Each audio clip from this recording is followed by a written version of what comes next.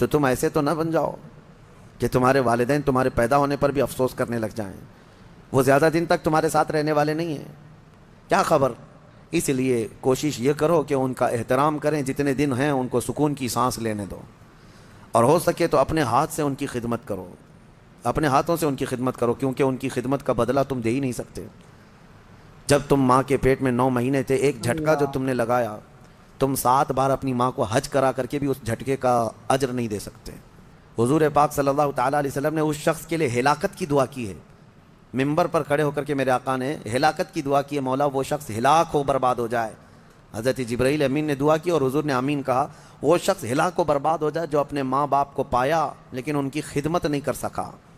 ماں باپ کے خدمت میں دل و جان لٹاؤ، قرآن کا اعلان ہے تم ان کو نبھاؤ. معزز سامعین اکرام، جس طرح دوسرا خدا نہیں ہو سکتا ویسے ہی دوسری ماں باپ نہیں ہو سکتا. اللہ کے نبی نے فرمایا ہے کہ ماں کے قدموں کے نیچے جنت ہے تو باپ جنت کا دروازہ ہے. اس بات کو سمجھو ناظرین، جب دروازہ ہی نہیں کھلے گی تو جنت میں کیسے جاؤ گے؟ اسی لیے ماں باپ دونوں کا احترام کیا کرو، ماں باپ دونوں کا عزت کیا کرو. اے لوگو، ماں کی ناراض ہونے سے اللہ ناراض ہوتا ہے. معزز سامعین اکرام، السلام علیکم ورحمۃ اللہ وبرکاتہ. آج کا ہم اس ویڈیو میں جانیں گے کہ ماں باپ کا ادب و احترام کتنا ضروری ہے. یہ بیان ان نوجوانوں کے لیے ہے جو اپنی ماں کی قدر نہیں کرتے ہیں، اپنی ماں کی عزت نہیں کیا کرتے ہیں اور اپنی اخلاق سے، اپنی زبانوں سے ماں باپ کو بہت ہی تکلیف دیا کرتے ہیں. تو آئیے ہم آج کا اس ویڈیو کو بہت ہی غور و فکر کے ساتھ دیکھیں گے. یہ ویڈیو مفتی سلمان اجہری صاحب کا ہے. تو آئیے محبت بھری انداز میں اس ویڈیو کو اچھی نیت کے ساتھ پلے کر لیتے ہیں. اللہ فرماتا ہے تمہارے رب نے یہ فیصلہ فرما دیا کہ تم اللہ کے سوا کسی کی عبادت نہ کرو اور اپنے والدین کے ساتھ اچھا سلوک کرو. وَبِالْوَالِدَيْنِ احسانا، والدین کے ساتھ اچھا سلوک کرو. اچھا سلوک کا مطلب کس طرح سے بتایا گیا؟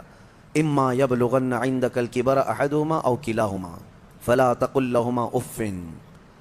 ان دونوں میں سے کوئی ایک بڑھاپے کو پہنچ جائے یا دونوں بوڑھے ہو جائیں. توجہ نوجوانوں، ماں باپ میں سے کوئی ایک بوڑھا ہو جائے یا دونوں بوڑھے ہو جائیں، اللہ فرماتا ہے اب ان کو اف تک نہ کہنا. فلا تقل لہما اف، اف تک نہ کہنا. ولا تنہرہما، اور نہ ہی ان کو جھڑک کر بات کرو. وقل لہما قولا کریما، جب ان سے بات کرو تو نرم انداز میں بات کرو. جس نے اپنی ماں سے یا اپنے باپ سے سخت لہجے میں بات کیا اس نے اپنی پچھلی کی ہوئی ساری نیکیاں ضائع کر دیا، اس کی نیکیاں ختم کر دی گئیں. اس کے رزق سے برکت اٹھا لی جاتی ہے جو اپنے والدین سے سخت لہجے میں بات کرتا ہے. نافرمان جس نے اپنے والدین کا دل دکھایا. حدیث پاک میں میرے آقا صلی اللہ علیہ وسلم فرماتے ہیں، حضور فرماتے ہیں میں اگر چاہوں تو اس کے گھر کو آگ لگا دوں دنیا میں ہی، اس کو جینے کا کیا حق ہے؟ یہ سخت ترین چیز ہے. ہمارے بچے، ہمارے نوجوان، ان کو ایسا لگتا ہے ماں باپ بالکل عام سے لوگ ہیں، جیسے چاہیں ویسے بات کریں. انہوں نے تمہیں لاڑ و پیار سے پالا ہے تو اس کا مطلب یہ نہیں ہے کہ تم ان کے اوپر حاکم بنو. اور آج کے بچے جو کر رہے ہیں اپنے ماں باپ کے ساتھ، اس سے وہ حدیث پاک ثابت آ جاتی ہے. میرے آقا نے فرمایا سچ، قیامت کی نشانیوں میں سے ایک نشانی ہے ان تلد الامۃ ربتہا، عورت جو ہے اپنا سردار جنے گی. یعنی عورت سے جو بیٹا پیدا ہوگا وہ سردار بنے گا، یعنی خود ماں کے اوپر ہی حکومت کر رہا ہے. باندی اپنا سردار جنے گی، مطلب یہ ہے ماں باندی بن کر کے رہے گی، کنیز بن کر کے رہے گی اور بیٹا حاکم بن کر رہے گا.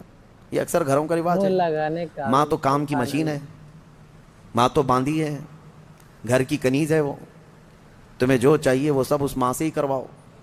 ماں تمہارے کپڑے بھی دھوئے، ماں تمہارا کچرا بھی صاف کرے، ماں تمہارے برتن بھی دھوئے، تم جہاں بیٹھے ہو وہاں تمہارے لیے کھانا بھی لا کر پروسے. کنیز ہی تو ہے تمہاری، تم نے اس کو باندی بنا رکھا ہے، پلس اس کے اوپر حکم الگ جماتے ہو. اتنا سخت ترین گناہ ہے یہ. اللہ نظر رحمت نہیں فرماتا اس بندے پر، اللہ نظر رحمت نہیں فرماتا. نبی پاک صلی اللہ تعالیٰ علیہ وسلم کے فرامین اگر دیکھیں، ان لوگوں کی فضیلت آئی ہے قرآن میں بھی اور حدیث میں بھی۔ آپ کو میں بتاؤں، سیدنا موسیٰ علیہ الصلوۃ والتسلیم نے ایک بار اللہ کریم کی بارگاہ میں یوں عرض کی کہ مولا میرا جنت میں رفیق کون ہے؟ دنیا میں بہت سارے قریبی ہیں، جنت میں میرا رفیق، میرے ساتھ رہنے والا کون ہے؟ اللہ تبارک و تعالیٰ نے فرمایا کہ فلاں ایک گوشت کا کاروباری ہے، قصاب ہے، اس کا نام بتایا کہ یہ آپ کا جنت میں رفیق ہوگا۔ سیدنا موسیٰ علیہ السلام ڈھونڈتے ہوئے اس کو گئے کہ یہ قصاب کہاں رہتا ہے۔ جا کر دیکھا تو وہ دن بھر گوشت بیچ رہا تھا، اس کے ساتھ رہ کہ اس کی ایسی کون سی نیکی اللہ کہ اس کو نبی کے ساتھ رکھا ہے جنت میں۔ شام ہوئی تو موسیٰ علیہ السلام نے اس سے کہا کہ میں تیرے ساتھ چلوں گھر۔ اس نے کہا بہت اچھی بات ہے، آپ چلیے میرے ساتھ، میرے گھر مہمان ہو۔ گھر لے کر آیا، اس کے چھوٹے بچے بھی تھے۔ موسیٰ علیہ الصلوۃ والتسلیم گھر گئے تو دیکھا اس نے جلدی سے اپنے گھر میں جا کر کچھ چیز روٹی یا دودھ لیا اور اللہ کے نبی کو بھی بٹھایا ہے اور اپنے بچوں کو بھی بٹھایا ہے، اور اس کی ماں بستر پر تھی، اسے جا کر دودھ میں روٹی چور کر نرم کر کر کے کھلا رہا ہے، اور اس کی ماں بستر پر سے ہاتھ اٹھاتی اور کہتی ہے مولا میرے بیٹے کو تو جنت میں موسیٰ کا ہم نشین بنا دے۔ یہ اللہ تبارک و تعالیٰ نے اس ماں کی دعا سے اس بندے کو، ماں کے خدمتگار کو جنت میں موسیٰ علیہ السلام کا رفیق بنایا۔ میرے عزیزوں، ماں باپ کو اپنے کنیز یا اپنے غلام نہ سمجھنا، یہ باندھی یا تمہارے غلام نہیں ہیں، کبھی نہیں۔ اور رب تبارک و تعالیٰ نے ان آیتوں میں فرمایا وَاخْفِضْ لَهُمَا جَنَاحَ الذُّلِّ مِنَ الرَّحْمَةِ وَقُلْ رَبِّ ارْحَمْهُمَا كَمَا رَبَّيَانِي صَغِيرًا۔ ان کے سامنے جب جاؤ تو اپنے بازوؤں کو نرمی سے بچھا دو۔ بازوؤں کو بچھا دینا مطلب کیا ہے؟ ان کے سامنے عاجزی کرو۔ تمہارے باپ بوڑھے ہو جائیں، تمہاری ماں بوڑھی ہو جائے، ان کو یہ احساس بھی نہ ہونے دو کہ وہ ایک چیز کو بار بار بول رہے ہیں۔ یہ آداب میں لکھا بھی ہے مفسرین نے کہ بڑھاپے میں اگر وہ تم سے دوسری بار سوال کریں ایک ہی چیز کو تو یوں نہ کہنا کہ ابا ابھی تو پوچھے تھے پھر پوچھ رہے ہو آپ، بلکہ ہر بار نئے انداز میں ان کو جواب دو تاکہ اسے احساس بھی نہ ہو کہ وہ بھول رہا ہے۔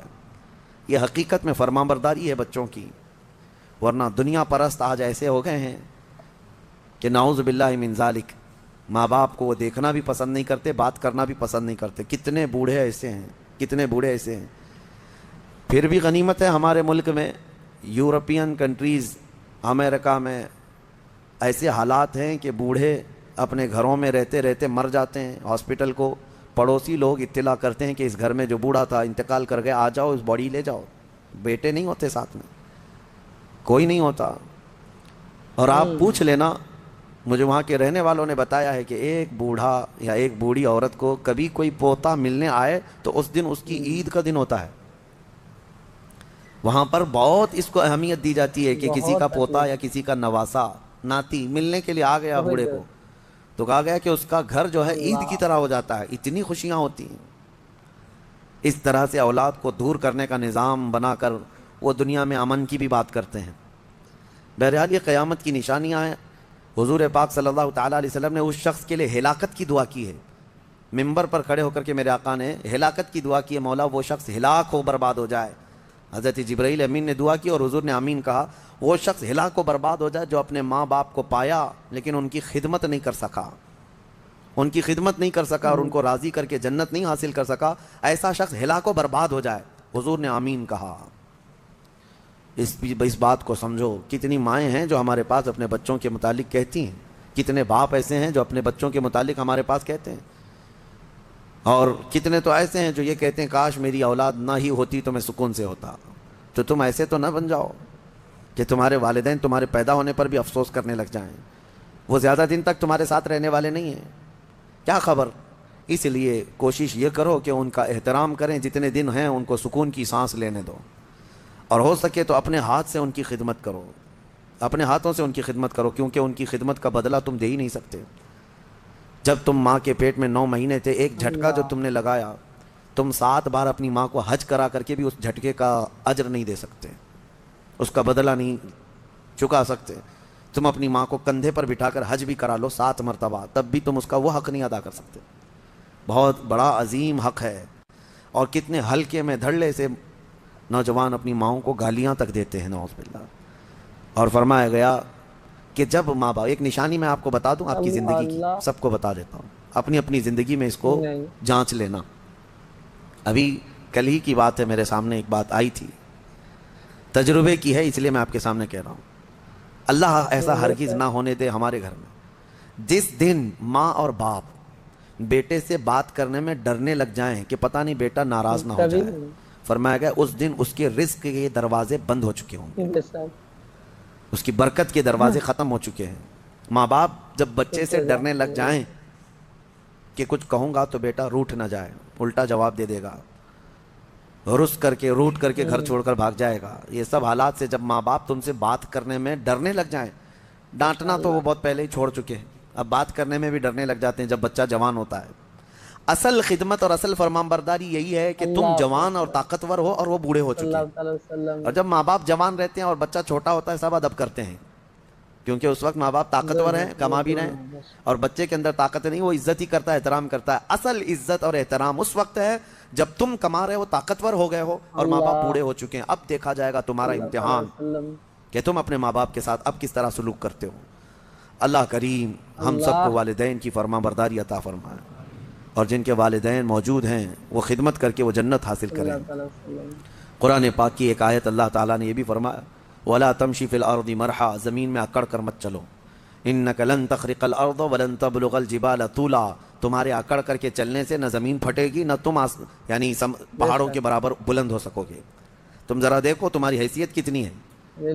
جو لوگ اکڑ کر کے گردن اونچی کر کے چلتے ہیں ان کے لیے کہا گیا ہے کہ غرور اور گھمنڈ آدمی کو ڈبو دیتا ہے، اور یہی غرور دنیا کا سب سے پہلا گناہ ہے جو شیطان کے اندر آیا.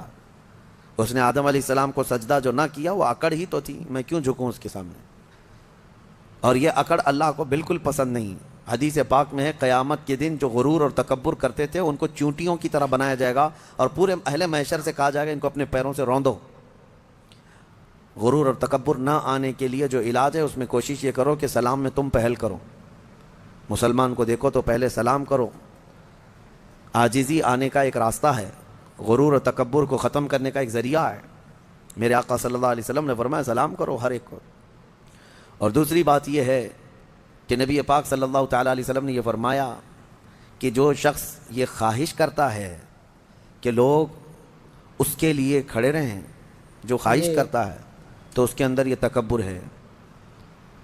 جو شخص یہ خواہش کرتا ہے کہ لوگ اس کے عزت کے لیے کھڑے رہیں وہ اس کے اندر غرور ہے، تکبر ہے. ہاں بغیر اس کی خواہش کے کوئی تعظیم کرتا ہے تو یہ اس پر قصور نہیں ہے. علماء کرام کا، اساتذہ کا، مشائخ کا ہم ادب کرتے ہیں، کھڑے ہوتے ہیں، لیکن ان کے حکم سے نہیں ہے، یہ ہم اپنی عاجزی کے ساتھ کھڑے ہوتے ہیں. یہ ادب ہر ایک کے دل میں ہے. ماں باپ آئے ہیں تو ہم کھڑے ہو جاتے ہیں. ماں باپ کے لیے کھڑا ہونا، مشائخ کے لیے کھڑا ہونا یہ ایک مستحسن کام ہے.